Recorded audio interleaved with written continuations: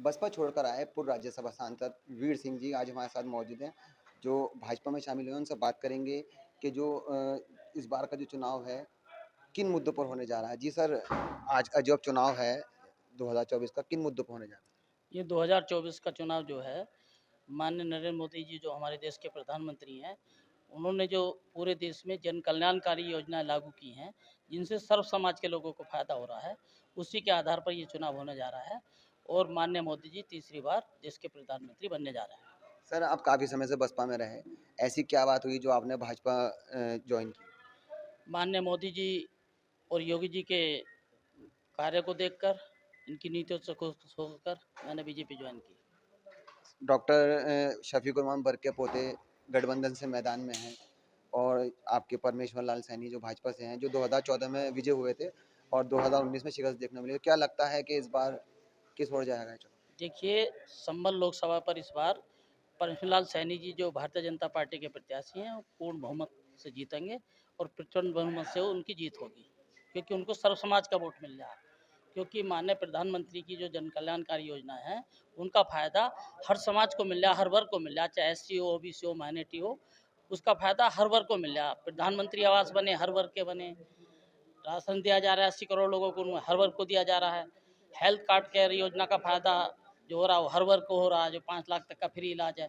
तो इसलिए सर्व समाज का वोट मिल रहा है परमेश्वर लाल जी को, तो इसलिए वो प्रचंड बहुमत से अभी जीतेंगे। आपने माइनॉरिटी की बात करी, माइनॉरिटी के लिए ही मतलब योजनाएं मतलब प्रधानमंत्री ने बताई हैं कि राशन, उज्ज्वल योजना, मकान, लेकिन उनको इस तरह की योजना का लाभ नहीं मिल पा रहा। काफ़ी लोगों से हमने बात करी तो उन्होंने ये बताया है।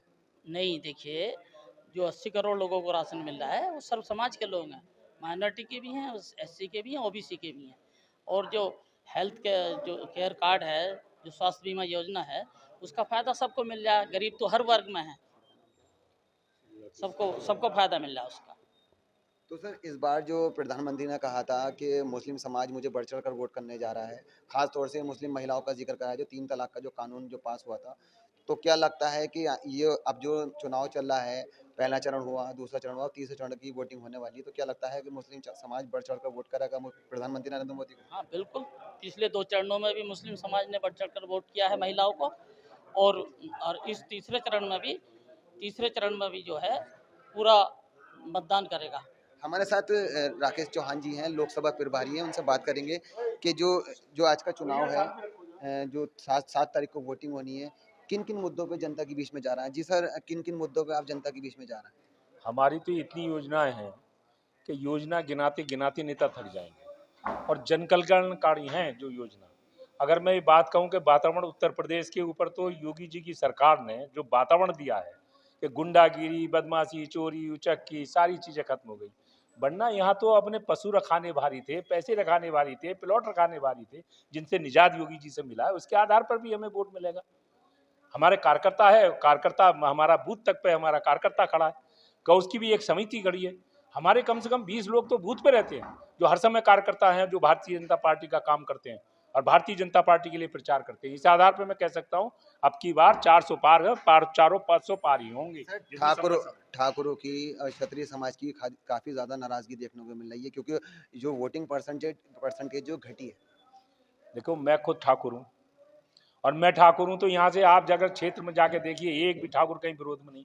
ये चीजें जो है आपकी मीडिया फैलाती है, मीडिया के द्वारा भ्रमित फैलाई गई, वैसे नहीं है। समाज में देखेंगे जाके, अगर कहते हैं थोड़ी सी कोई बात हो गई, एक आदमी नाराज हो गया, कोई कुछ कह दे, तो आपने कह दिया उसे नाराज है। नहीं, कोई समाज नाराज नहीं है। सारा समाज भारतीय जनता पार्टी के साथ वोट दे रहा है, उत्तर प्रदेश में नहीं, पूरे भारत की बात कर रहा हूँ। आरएलडी एनडीए में शामिल हुई है, 2 सीटों पर चुनाव भी लड़ रही है, लेकिन आरएलडी के भाजपा में जाने से जो जाट समाज जो था, उनका जो वोटर था, वो भी काफी ज्यादा नाराज देखने को मिला है। नहीं, कहीं नाराजी नहीं है। मैंने तो ये देखा कि अभी जो मोदी जी की सभा हुई है संभल के अंदर, उसके अंदर सारे समाज के लोग थे। ऐसा नहीं है, भारतीय जनता पार्टी एक किसी समाज को लेकर नहीं चलती, वो सारे समाजों का प्रतिनिधित्व है, और सारे समाजों के लोग हमारे यहाँ कार्यकर्ता हैं, और उसी के आधार पर सब वो लोग काम करते हैं। उसकी स्वीकारता है समाज में। भारतीय जनता पार्टी की स्वीकारता सारे समाज में, सारे गाँव में है। और दूसरे दल है ना, उनसे पूछो जाके, जो दिखाई नहीं देते क्षेत्र में। अगर आपको कोई समाजवादी की गाड़ी मिल जाए, कहीं दूसरे लोगों की गाड़ी मिल जाए, तो बताओ मुझे। कहीं नहीं है, घूम ही नहीं रहे, प्रचार ही नहीं कर रहे। तो ऐसे कैसे कह सकते हो आप? हम हैं, हमारा चुनाव, कमल का फूल, प्रत्याशी सब शान के साथ घूम रहे हैं। सर हम क्षेत्र में लगातार घूम रहा है, लोगों से बात भी कर रहे हैं। लोगों का सबसे बड़ा मुद्दा जो है वो महँगाई का, बेरोज़गारी को लेकर है। कहाँ है महंगाई? अब महंगाई की तो अगर बात करो तो अगर आप जाओ कि गाड़ी खरीदने में तो जो बड़ी से बड़ी वाली गाड़ी है ना उनके ऊपर बेटिंग है। छोटी गाड़ी ले नहीं रहा, बिक नहीं रही। अभी टाटा ने जो एक सबसे छोटी गाड़ी नैनो थी उसे लॉन्च की, वो फेल हो गई, वो चली नहीं, समाज में जनता ने ली नहीं। बड़ी से बड़ी गाड़ी चाहिए, कहाँ ये सब लोग कहते हैं। लेकिन महंगाई अगर जैसे बढ़ रही है, कांग्रेस ने 50 साल में कितनी बढ़ाई, और ये 10 साल में महंगाई के शोर मचाना शुरू कर दिया। कोई महंगाई नहीं है, सब लोग आराम के साथ में अपने जीवन यापन कर रहे हैं। और जब महंगाई कहाँ से होगी? अरे राशन फ्री में सरकार दे रही है, गरीबों को दे रही है, उसका बचत हो रहा है, वो खा के अपना पेट भर रहा है और उसमें बचा रहा है। तो कहाँ महंगाई? उसके लिए तो जन कल्याणकारी योजनाएं चल रही हैं।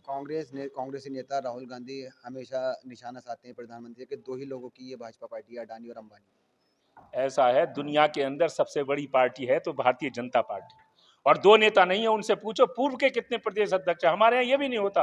अब जब राष्ट्रीय अध्यक्ष बदलता है ना, पहले अमित शाह जी थे, उससे पहले राजनाथ सिंह थे, अब जो है जेपी नड्डा है, और उसके बाद भी दूसरे कोई हो जाएंगे और दूसरे समाज से होंगे। यहाँ कोई समाज की इसकी बात लड़ाई नहीं है। यहाँ कोई भी आता है जो कार्यकर्ता है, जिस लायक होगा उसको उसको पद दिया जाएगा। राष्ट्रीय अध्यक्ष भी बन सकता है, बूथ अध्यक्ष से लेकर राष्ट्रीय अध्यक्ष तक। हमारे यहाँ भारतीय जनता पार्टी का कार्यकर्ता ही बनता है।